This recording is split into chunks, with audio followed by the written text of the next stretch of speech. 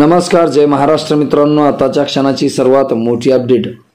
नाराज एकनाथ शिंदे यांना देवेंद्र फडणवीस यांचा फोन। काय आहे सविस्तर अपडेट मित्रांनो, जाणून घेऊया। अजित पवारांच्या राष्ट्रवादीने देवेंद्र फडणवीस यांना मुख्यमंत्रीपदासाठी जाहीर पाठिंबा दिल्याने एकनाथ शिंदे यांची वाटाघाटीमधील ताकद संपली। मुख्यमंत्री पदावर अडून राहणे फायद्याचे नाही ही वेळ कळल्याने गृह खात्याची मागणी एकनाथ शिंदे यांच्या शिवसेनेने लावून धरली आहे।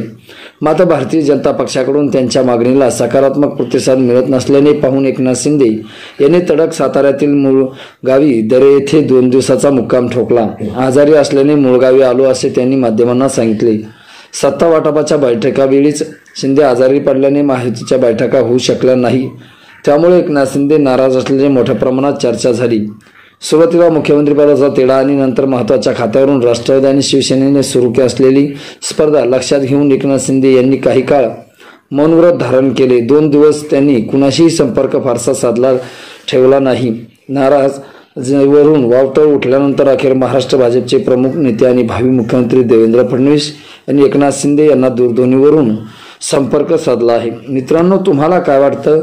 तुमची प्रतिक्रिया आम्हाला नक्की कळवा। चॅनल अजूनही सबस्क्राइब केलं नसेल तर सबस्क्राइब करा, बेल आयकॉन प्रेस करा। भेटूया पुढच्या व्हिडिओमध्ये। तुर्तास धन्यवाद।